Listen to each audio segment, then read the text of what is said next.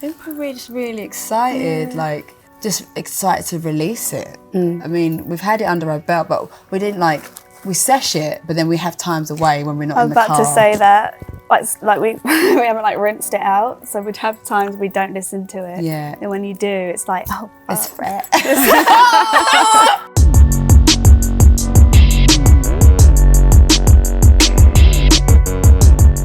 Hi, my name's Tyler and I'm here with Nova Twins for the latest in Enemies in Conversation series. So it's been a busy couple of weeks and months for you guys, and you've just played Bring Me the Horizon's Malta Weekender. How was it? How are you feeling? Sorry. How are we feeling? We had the best time. We did. So I had that little luck. In result, we're feeling rough because we had the best time, you know? It was so much fun. Yeah, it was great because it was like we saw everyone that we know, and obviously we see them separately. So for everyone to be on a nice island in the heat by the pool, playing like an alt festival, it was amazing. It was so much fun. And then we did this like DJ set, which we were kind of secretly dreading because we've got like a new console that we didn't know how to use. So half an hour before, Don Julio later, we were literally like, we were freaking out. We were like, oh no. And then but then it was the best. It was sick. You were crowd surfing. It was like fun. During the DJ set. Yeah, it was wild.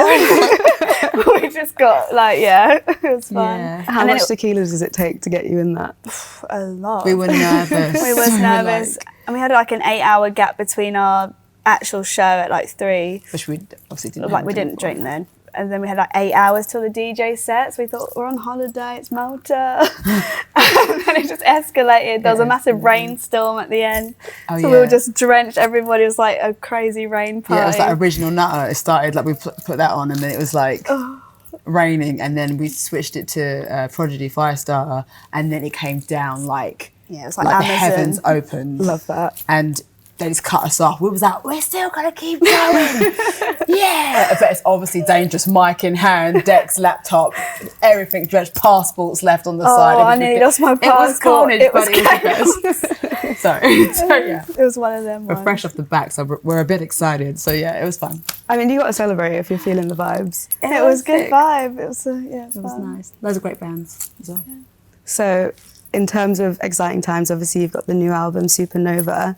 I wanted to talk about the 2 opening songs. I feel like it's a massive statement to like open an album with a song called Power and then go straight into Antagonist. It's very like bold. Was that an intentional thing for you to do?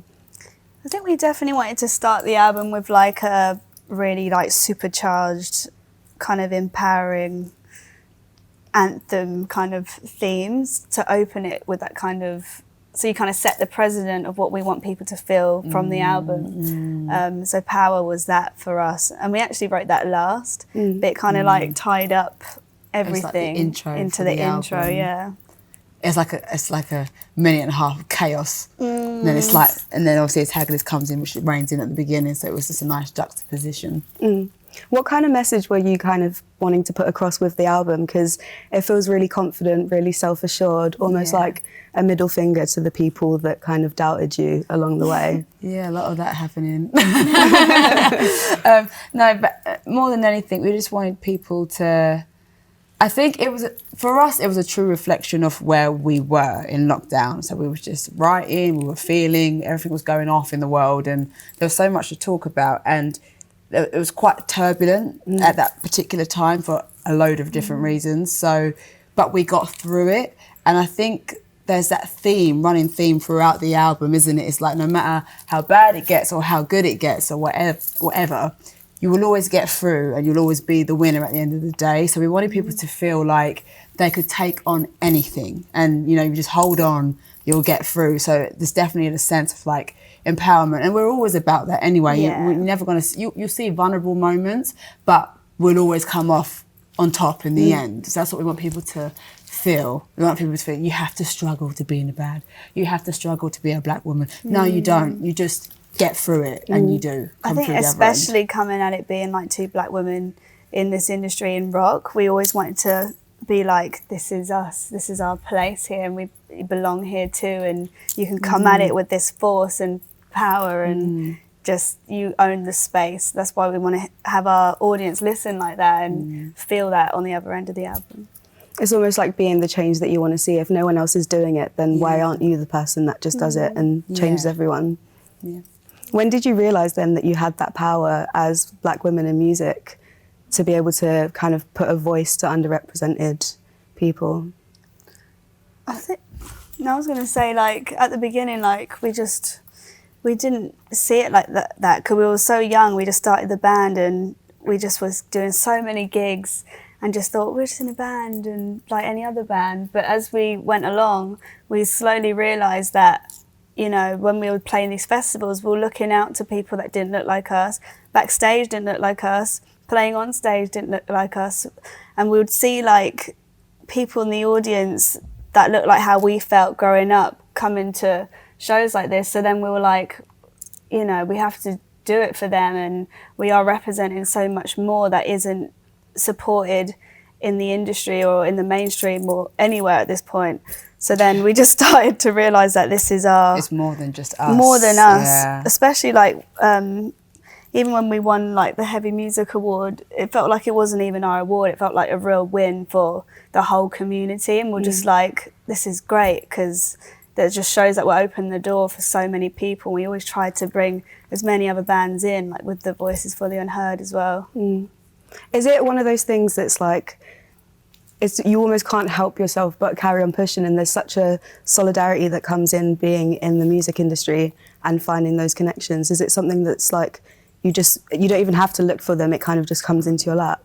Yeah, I guess it's nice when you kind of connect with people, and especially with bands, like we've always said that we're quite like a band's band. Like if it wasn't for a lot of key bands supporting us and people such as Jason, Fever 53, Tom Morello, Sophie K, people who really championed us at the beginning when people were just like, you know, they were really like, no, you gotta, Jason took us into Made of Power, being like, you gotta listen to these girls live on radio. And it was like, oh God.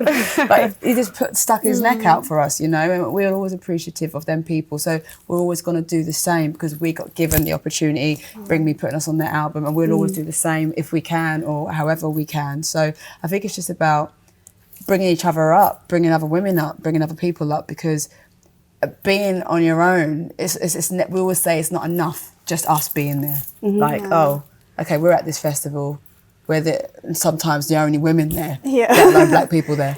And then it's like, is that enough? No. So it's nothing's going to change, and we don't want it to be harder for the next gen coming up. They should just walk in and be like, I can do what I want, wherever it is, rock, R&B, hip hop, or a mix of everything. Yeah. Going back to what you said about the Heavy Music Awards, it was about, 2 years ago that you won Best Breakthrough, and now you're nominated for Best UK Act, and you're the only women and people of colour in that category. How does it feel? Because it's only been 2 years, but then also it has been 2 years. How does it feel to get that recognition? You know, we was honoured to be in that category because it's a massive category. You know, we did quickly notice that we were the only people that looked like us in it, but when we looked at other categories as well, we saw like Meet Me at the Altar, Pink Shift. Yeah.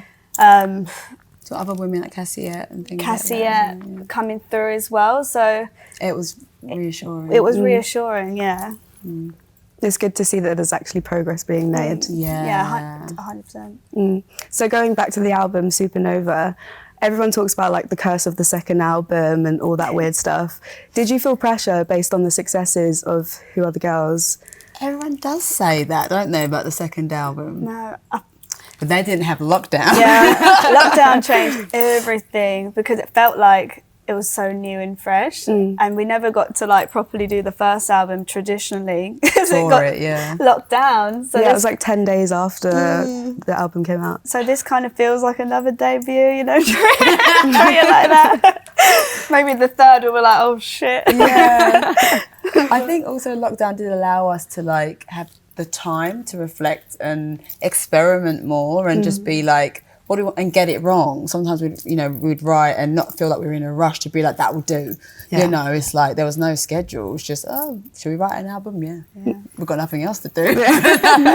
And that's the best way, I think, when you work without pressure. Without the pressure, yeah. Sometimes it allows you to do more, think more out the box, and with people on your back.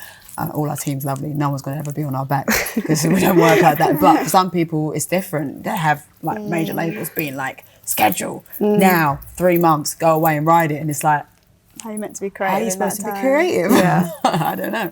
Well, it's like what's coming out at the moment about TikTok and everyone being like pressured to perform, give us some content. But in terms of the way that the songs came together, because I feel like even vocally it's a lot more melodic, expansive, but you still have that like really hard hitting. I have. I like it a lot. But yeah, it's a lot more kind of expansive, but you still have that like really classic, heavy Nova Twin sound. In terms of like the actual recording process of it, not even just the writing, how did that differ from the debut? The recording, when we went to record the actual album, we worked with Jim again. I would say that this time we did work with Jim Abyss again, who did our first album. But I'd say this time we're in lockdown, we got more into like using Logic and like producing from the beats to vocal production, and even like a lot of what we did at home got added to the album as well. Compared to the first one, so we're a lot more involved in like things like that and sonics and how we... some like guitar takes, bass takes we kept because you just can't recapture it, but we just learnt through lockdown to get it to a kind of better standing and stuff like that. So I'd say that's how it varied. How do you feel about the songs now, obviously, because that was quite a while ago? Has anything changed? Have you fallen more in love with anything? I think we're just really excited, like just excited to release it. I mean, we've had it under our belt, but we didn't like... We sesh it, but then we have times away when we're not in the car. I was about to say that, like we haven't like rinsed it out, so we'd have times we don't listen to it. Yeah. And when you do, it's like, oh, it's fresh. We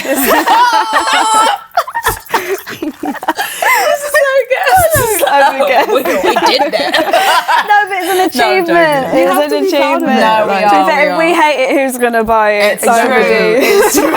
Like the album sucks. Well, it's like what Hayley Williams of Paramore says. She's like, she's the biggest Paramore fan. So if you're not your biggest fan, like, you can't expect anyone else to. Fans are though, A lot of bands are, their biggest fan. You gotta love what you're doing, otherwise, what's the point, right?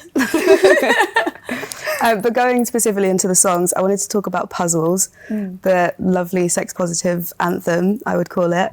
What kind of mindset were you in when you wrote that, and how do you feel like the reception's been? I think we just love that kind of classic noughties get down in the club kind of beat, and we just wanted to make a heavy version of that. You know, what would our version be of getting down in the club?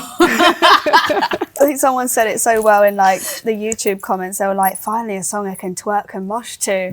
We're like, that is what we wanted. Because we love both things. Can't twerk very well, but you know, the concept of that. And we did obviously, it's so funny because, you know, you put out a song like that and you'll get some people being like, oh, because one of our things where we also wanted to, you know, have a sex positive song. And then you'll get some strange man being like, why do we need another sex positive song? It's these times. And then underneath the comments are like, it's called being, it's called this. And it's just like, oh my God, this is why, because it still makes people feel uncomfortable. Even though it feels like, you can easily think in this climate that, oh no, it's all fine. You know, it's not. It's not around the world. It's still not here. We're still very prudish about it. So it's like, we just wanted to put it on the plate and let people eat it. Yeah. I feel like also it's quite like prevalent in the pop scene. You've got people like Lizzo that is like super, super empowering in that way. But I would say that in the rock scene, there isn't too many people that are doing that whole sex positivity. Yeah. But they still get, even people like Lizzo or like Cardi B, there's still a load of comments, sex shaming at the same time. So it's like I think people forget that. And it's like, it just puts it to the testament when we put something out and you see a couple of like strange people just saying weird stuff, and it's like, this is why we're here to make you feel uncomfortable, you know, until you get it. Yeah. So it's like turning the mirror back on someone. And being like, why does this affect you? Yeah. Why? You know. Exactly. Jesus, I wanted to. They got here. Yeah. I wanted to ask about the lyric "moving like a hammer-on." Oh yeah. What's the story behind that? It's quite. Okay, should I go into it real deep? You know, so it's the foreplay and the fingers. Yeah, okay. I was like, is it being cunning, just like talking about, because everyone's like, oh, musicians are always better lovers, blah, blah, blah. Yeah. So I'm like, are you just like being like people very say when bold people about play like guitar and stuff, and it's quick always like the fingers. quick fingers thing. It's like, yeah, it moves like a hammer. I kind of got like a bit of Missy Elliott flow there, like kind of Missy Aaliyah, but also mixed with the Prodigy. Oh, It's very much like wow. 90s R&B vibes that I was getting from it. We love all them people, love to all be them. fair. So that's classic. only a compliment to Yeah. us. And then also Sleep Paralysis. I feel like there was like different production on that in terms of everything else. What's the story behind that song? Is it like a different chapter in terms of songwriting that we're going to see? That song, we love that song because it does sound quite like different to the rest, and we felt it was a great way to like tail off out of the album as well. And yeah, it's just, we feel like it was kind of like a, not an 80s vibe, it was like, I think it started off one way. We had a little tiny bit of it Yeah. before lockdown, and then it just turned into this whole journey of, I don't know, like The song's dreams crazy. and nightmares. Yeah.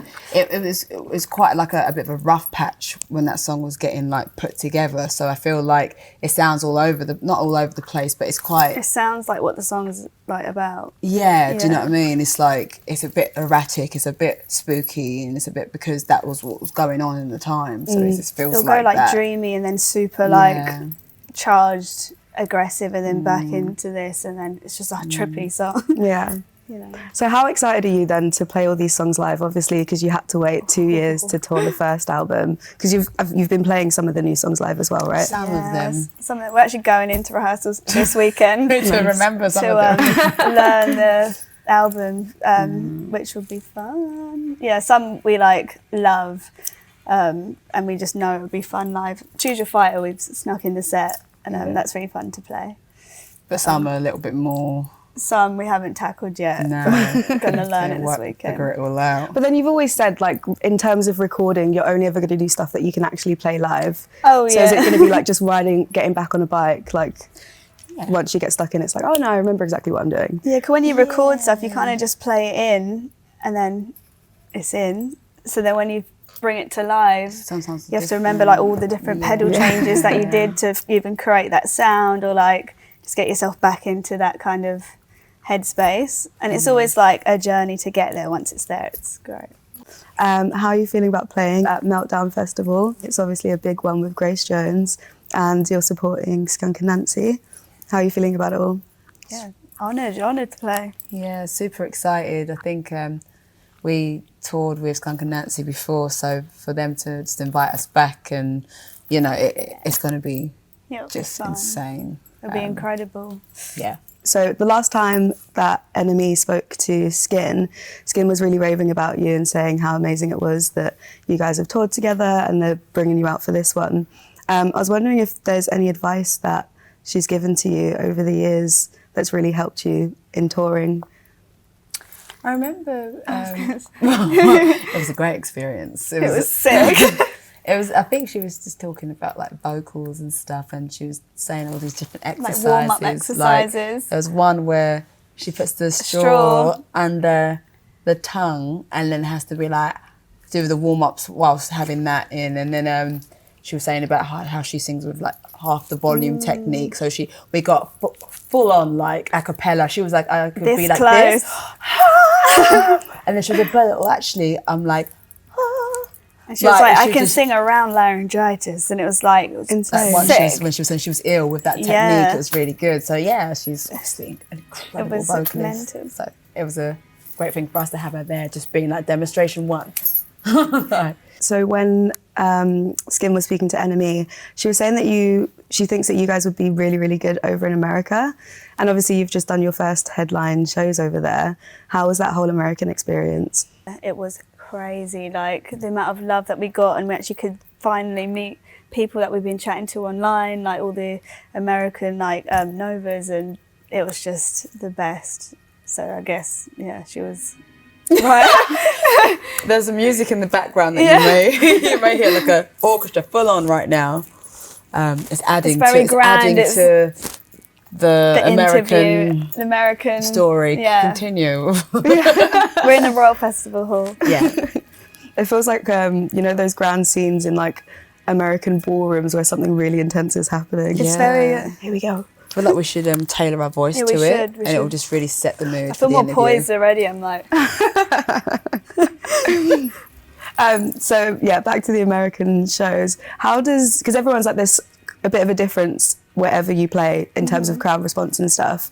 And everyone's always said like English crowds are quite up for it, like really, really mental. And I can't remember who it was, but someone said that everyone in America are a lot more like static. What was your experience of that? Well, people did say this, and I think especially about LA. So we were a bit like nervous, but then it was really fun, and like they were well up for it. To be fair, it was crazy. It was great. I guess it's different because it's our audience coming, so maybe they knew what to expect. Yeah, and they're so They're a bit like, more yeah. They know it's a rock show, they're going to have some fun, I don't know, but they were just great. So they were just like, yeah, up for it. So Especially when they've had like the anticipation for it as well. There's nothing like better than waiting years to see a gig and it finally happening. It's just the most satisfying thing. Our audience are so passionate and like so creative, and they just come looking like so sick, and they're just fabulous. Yeah, It's great. really good. And you've also got the headline tour coming up in November. Are you going to be adding any new dates to it once all the album's out and you get that reaction going? Yeah, so there'll be more dates. 2023, yeah, next year. For sure. So Nova's world tour incoming. Yeah, Yes. so it's, we start off in Oh, and this Americans. year, and it goes boom. Americans, look out. Cool. Well, thank you so much for taking the time to speak to me. Thank and you. thank you everyone for listening.